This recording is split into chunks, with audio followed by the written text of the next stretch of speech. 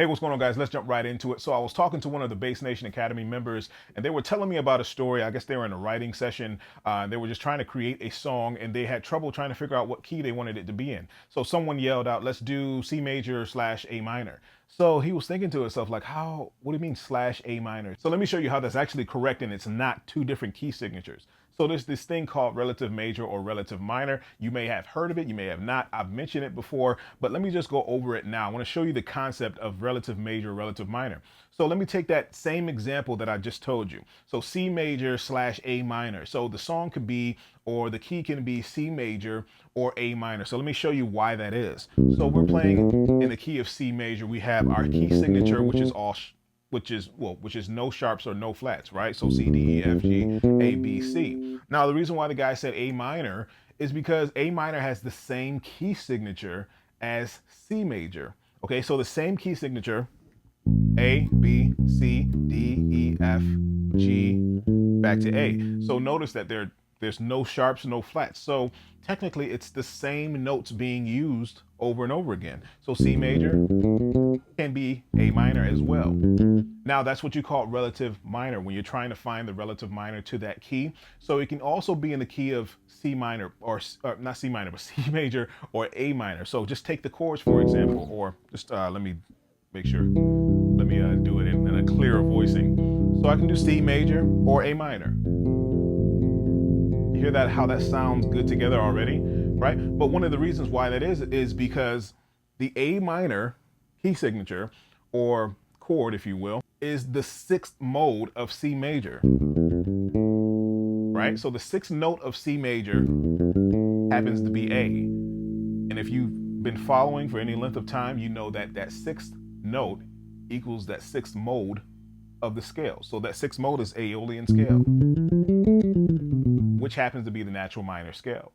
So that's why that works, because it's still inside of that key signature, because you still can play the notes inside of C major and still play A minor as well. So the way that you figure this out, this is the concept that I wanted you guys to get.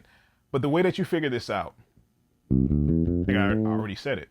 You find the sixth note of that scale, and that root note is your A minor, or is your relative minor to that key. So C major, 1, 2, 3, 4, 5, 6, and there's your minor.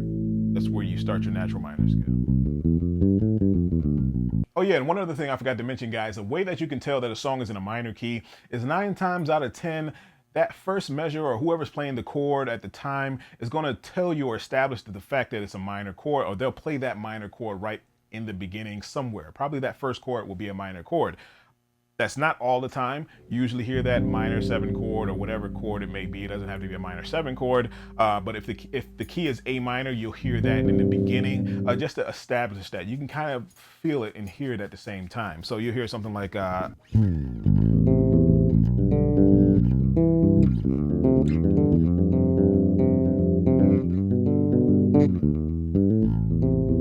something like that. You'll hear something along those lines where it will start right on that 6th chord or the minor chord. Okay, so let's move on.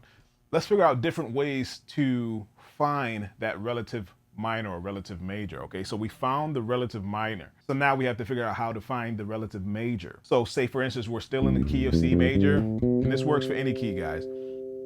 To find our minor or relative minor, we go down a whole step and a half step.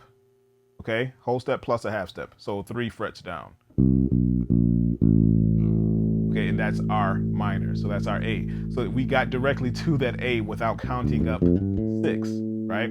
So that's an easier way to find that relative minor chord. So C major, C major. So C major, A minor.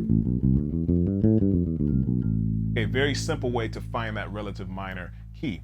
Now, we have to find the relative major. We haven't done that yet, but guess what? It's the complete opposite to figure out the relative major. So, say for instance, let's keep it right there. So C minor, we're in the key of C minor already. That's already established.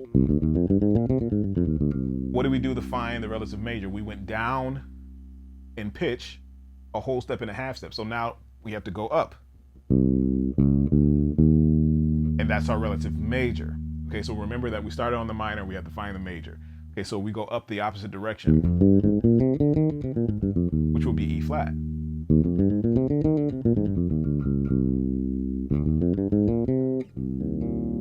Okay, so that's an easy way to find the relative major and relative minor. All right, guys, so listen up. If you like this video and you want to see more like it, make sure you subscribe to the channel and also push that notification bell icon. I know that's one more step you got to take, but it's worth it so you don't ever miss a lesson that I post every single Friday and even more times than that. And if you're really, really serious about taking your bass playing to the next level, you'll become a Bass Nation Academy member at DaricBennett.com. All the links and all the info is in the description. I want to see you there. Come check us out. 3-day free trial, nothing to lose. I want to see you there.